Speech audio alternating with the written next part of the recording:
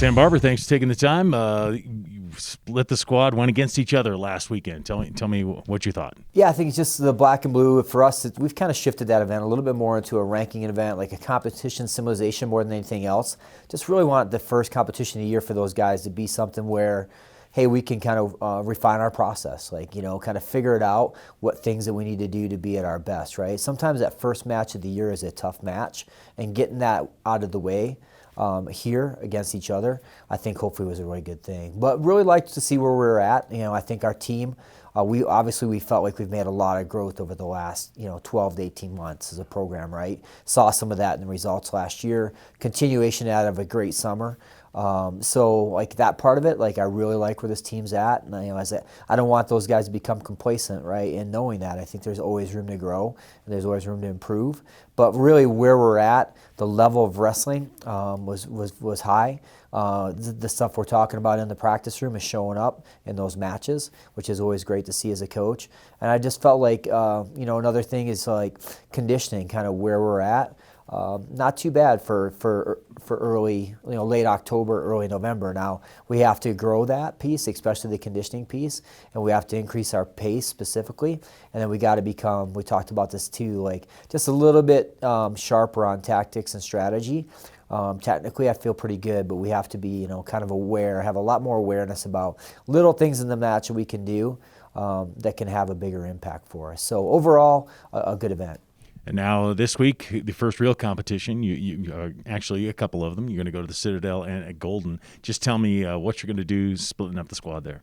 So splitting up the squad there, it's we were supposed to go out to Citadel for a different type of event. That kind of changed and shifted. We wanted to honor our commitment, to the coaches in the program there. I think it's still going to be a good event. It's going to be a smaller event. Again, the landscape shifted a little bit in wrestling. Traditionally, probably for the last, gosh, I can't even tell you, but for the last 30 plus years, we probably went to Laramie on this weekend for the Cowboy Open. Well, that event no longer exists on this weekend. So the schedule shifted. We had to find something else. I think this is going to be a good opportunity for us. It's going to be a little bit smaller. The schools that are there are going to be schools that look a little bit more similar to us. So I think it's going to be good for our guys to go out, have 3 to 4 matches versus 5 to 6 against teams that look a little bit more like us, because the schedule, as later in the year when we get into the Big 12, and we could talk about that some too, with the rankings that have come out. The Big 12 is continuing to become just stronger and stronger every year. So Citadel is going to be a good event for our top 15, and then we're going to send the freshmen and sophomores up to a new tournament in Golden, where it's just freshmen and sophomores. Again, I think a great event for those guys to go up and wrestle other freshmen and sophomores, people in the same place they are, from a grade and age level. So I think that's going to be a good event. So most of the team will wrestle, not all the team will wrestle. That part of it's not great, but we're going to be able to get probably 90% of the guys out wrestling this weekend. Which is what it's all about, because you will need that depth, because as you said, the Big 12 is only getting better. You're kind of like behind the ball. You got to get better and better and better to get to that level, right? Yeah, we're excited. The rankings just came out yesterday, and it's a great schedule. We're going to start off our first Big 12 dual meet of the season with the 3rd-ranked team in the country in University of Missouri, right? And then 2-3 weeks after that, we're going to see, which I think is a little bit low, a 7th-ranked Oklahoma State, which that team is usually much better than that. So